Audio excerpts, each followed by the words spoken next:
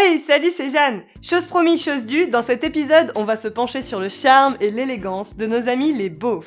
Qui sont-ils, d'où viennent-ils et comment en observer dans leur milieu naturel? On va voir ça tout de suite. Do you speak French? That's not French. Le beauf est aujourd'hui rentré dans le langage courant, mais il n'est pas spécialement facile à définir, chacun ayant ses propres limites de ce qui fait ou non un beauf. On est tous le beauf de quelqu'un quoi. Le beauf a quand même quelques traits de caractère bien marqués. Une bonne tranche de vulgarité, à peine une pincée de culture, zéro ouverture d'esprit et le tout saupoudré d'une couche de fière misogynie. Il est bien franchouillard et représente bien l'idée qu'on se fait du français très moyen. Et puis c'est bien, ça permet de se sentir supérieur à la base. Qu'on aime le détester ou qu'on assume son côté beauf, il est devenu une figure incontournable de notre pays, presque un emblème national. Pourtant, l'apparition de l'expression beauf est plutôt récente, puisqu'on la doit au cofondateur de Harakiri ou Charlie Hebdo, François Cavana, dans les années 60. Le beauf, c'est le beau-frère, caricature d'une certaine frange de la classe ouvrière ou petit bourgeois, bedonnant, moustachu et bas du plafond. En tant que beau-frère, il fait partie de la famille, mais pas vraiment. On passe les week-ends avec lui, à regarder le foot ou à repeindre la chambre du petit, mais on l'a pas spécialement choisi. On le juge, on le méprise, mais au fond, on l'aime bien. Et puis, il est pas si méchant, malgré ses grands discours après le 3/4 de rouge chez mamie.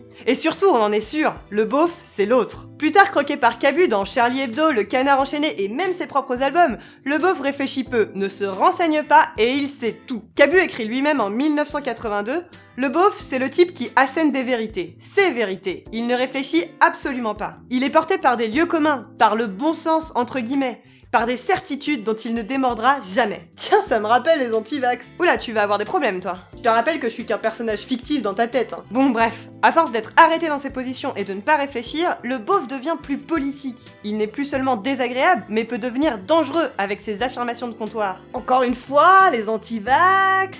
Il faut dire que certains l'ont rapproché avec un ancêtre de la Seconde Guerre mondiale, le BOF ou beurre, œuf, fromage. À l'origine, cet acronyme est simplement sur la façade des crèmeries et autres épiceries.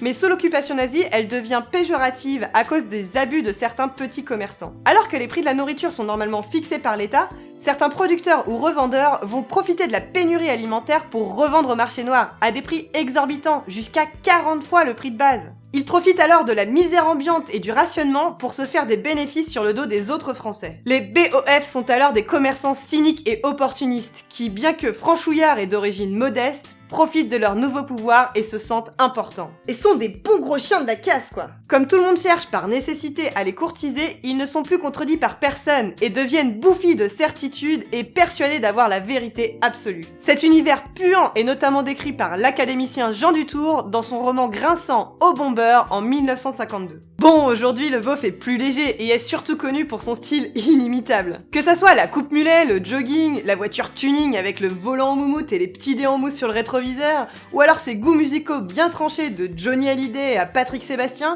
il l'affiche fièrement, tout comme ses tatouages. À rapprocher de la cagole, il flaire bon le pastis et la bière pas chère. Il n'en fout pas lourd, mais il aime bien donner bruyamment son avis sur tout. Mais finalement, est-ce qu'on n'aspire pas tous à passer de temps en temps une journée en pyjama en râlant devant la télé? Chez moi, on appelle juste ça un dimanche. Mais juger le beauf, c'est aussi faire preuve d'un mépris de classe condescendant et de se sentir plus important que les autres. Et ça, c'est aussi une des caractéristiques du beauf.